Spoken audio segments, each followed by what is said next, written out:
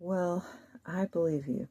You know, sometimes you just believe somebody. This man, the Venezuelan guy, the body language guy. He's a passionate man. The thing is, he kind of reminds me of my former instructor who was from Italy. Uh, just kind of like passionate. Mr. Palma didn't use bad language. So I don't agree with the bad language. I said, we don't want pastors F-bombing from the pulpit. So maybe this guy is doing the job that a pastor can't. I mean, the frustration, folks.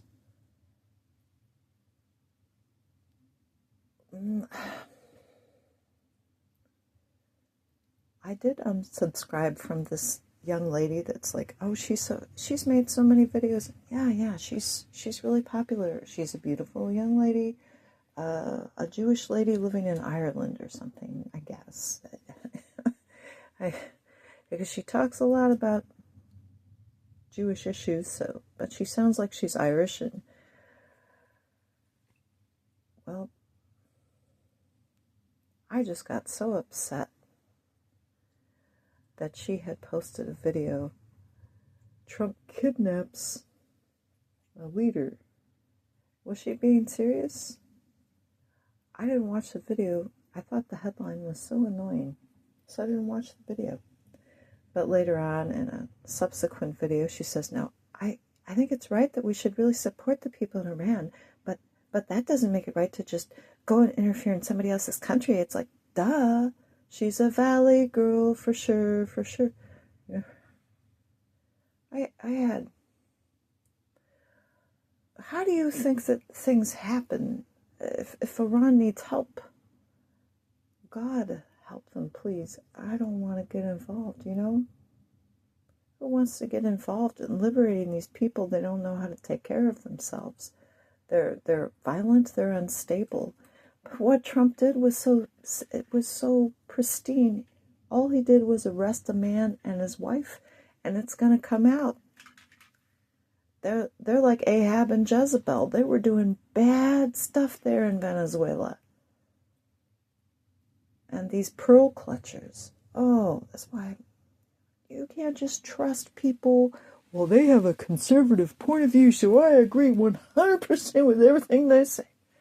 Like, just when I'm about to agree with you, you say something really stupid. I mean, it's just like, duh. You just wonder, is this person authentic? I mean, people saying ICE should go and, if they want to go and arrest people over the Somali fraud in Minnesota, that's not what ICE is about. ICE wasn't formed to they're not the fraud squad. ICE is there to apprehend, detain, and deport people that are violent criminals living here illegally. I'm talking about people that do those violent crimes. Fraud is a separate issue. And I have to say, not everybody from a certain country, just because they've been implicated in a scandal, is a fraudster. I feel very bad. Because I know for sure, I'm going to say it again, that the Somali people who were taking care of my father in his final years had an authentic daycare, and they did a fine job, and I'm very sorry that other people were not similarly ethical, and it really isn't my business. This is something that's going to go through the courts. I understand that people are angry. My goodness. Billions of dollars being stolen right under people's noses. Oh my goodness. Hardworking people working so hard and just giving it to people.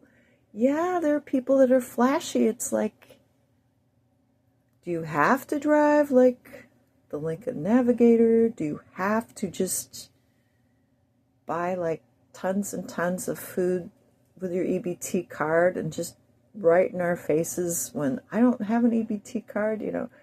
God help us, he does. It's not wrong to have one, but when you're just being, as my mom would say, if you're doing the conspicuous consumption here, just right in your face, just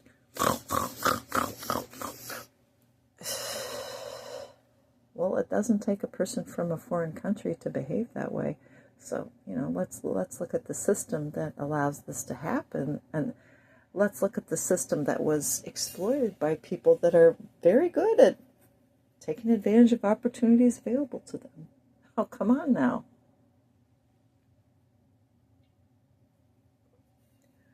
I had absolutely no idea. And years ago, we watched the show Making the Cut, and there was a man who was a fashion designer who was an expatriate from Venezuela, and he was saying the economy went downhill. I had no idea that people were starving, that they were being starved. How did I not know? How did I not know how oppressive and repressive the Maduro regime was, and before him the other guy, the Chavez regime was? How did I not know this? Because the media doesn't tell us. Now it's all coming out. I don't think as Christians we can afford to just be, let's just be. We don't really know. Trump might be good, he might be bad. It makes me upset that I had this conversation with this lady in the store the other day. Trump is terrible. He's a jerk. He looks terrible. Just look at him. He's say all kinds of stuff.